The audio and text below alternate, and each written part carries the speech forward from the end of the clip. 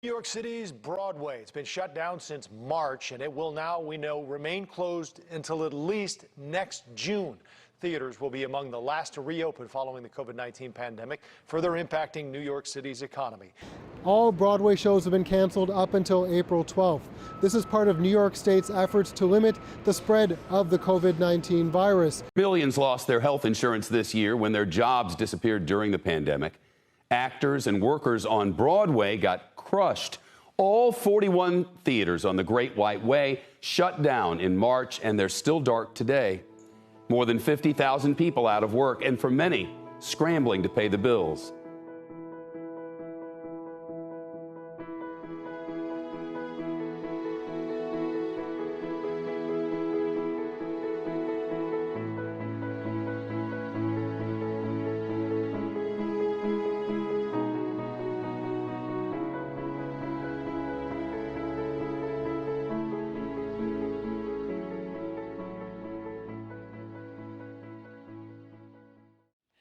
My name is Kathy Holsworth, and I am the Artistic Director of Pensacola Little Theater.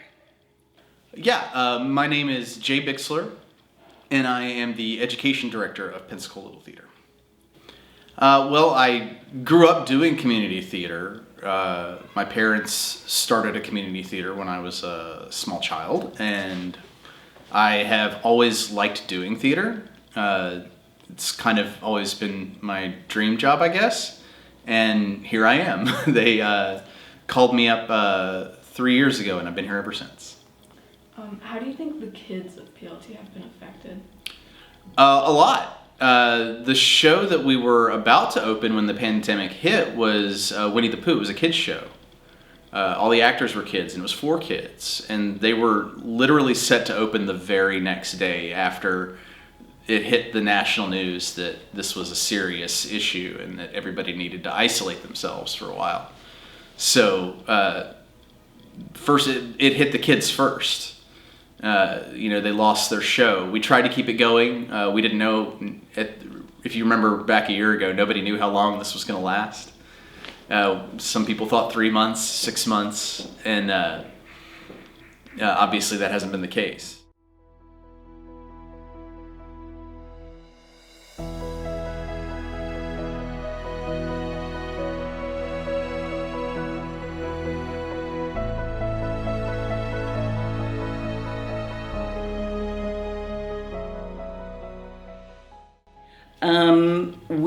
Many theaters around the country are actually closed, but we have been grateful to try to produce theater. Although we shut down a production back in March when the pandemic first started, we were able to keep our building open and functioning because we are a long-standing nonprofit organization, and our board of trustees was smart enough to have saved and invested money so that we actually have some money for a rainy day. So we didn't have to lay off any of our staff. We are using the government loans to help pay the salaries. Those are called the Payroll Protection Plan. And so that requires smart grant writers to fill in all of those applications and those grants to make sure we get that kind of money so we don't have to lay any of our staff off.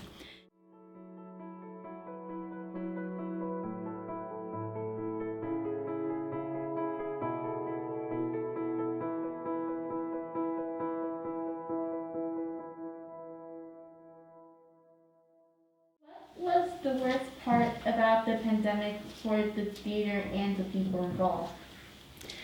I think the worst part for us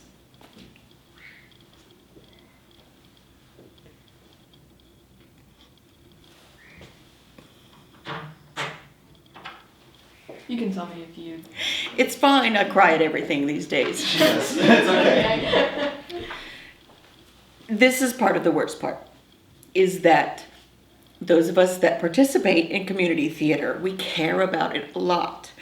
And we build families. Many people who get involved with Pensacola Little Theater stay involved for 30, 40, 50 years, and their families get involved, and people find each other and get married to each other, and we have theater babies. It's not just a place where we put on plays.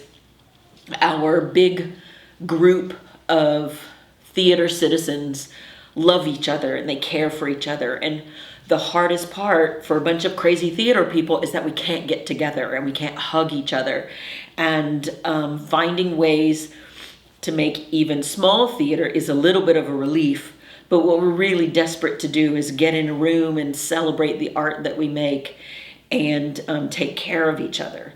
And part of that caring for each other is also the pain that's associated with some of the PLT people, not our staff, but some of our volunteers who have gotten sick, and 2 of them have even died.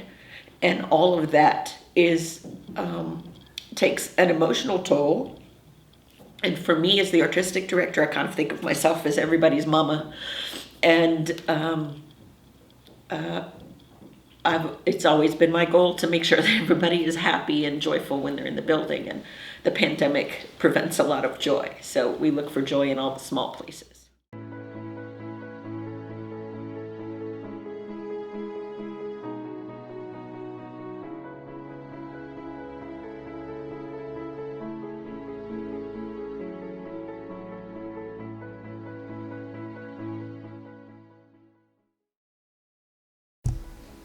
Hi, my name is Kaden Miklos, and I'm a junior at Pace High School, as well as the secretary and treasurer of the Pace High Drama Department, Troop 3965.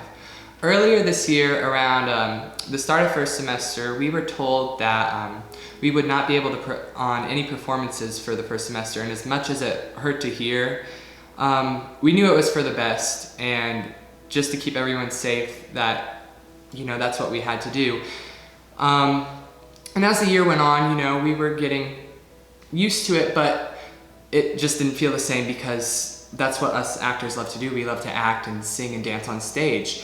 And when we got the news that we might possibly get to put on a show, Seussical the Musical,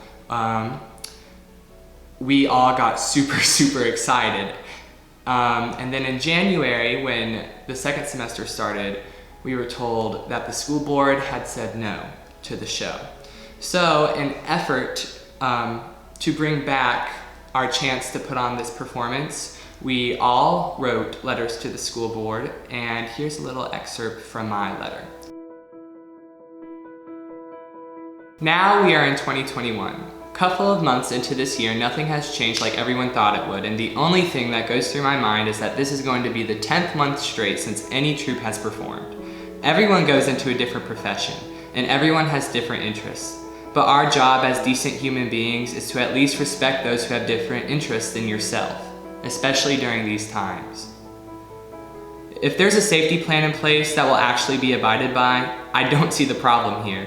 Masks save lives, we know this. But when people who are abiding by the rules and sitting on the sidelines waiting for their turn to show off what they love to do aren't being heard, while many other people who are walking in the stores, attending school, and going to unnecessary gatherings aren't doing what they're supposed to do and nobody seems to care about it, it's not fair at all. Theater is my life. Theater is many other people's lives. Band is many other people's lives. Color guard and choir are also many other people's lives. Please see that we cannot practice what we are good at without actually doing what we love to do. Safety plans, masks, hand sanitizers, social distance rehearsals, and smaller audiences are all 100% worth it when we get what we love to do. Let the show go on.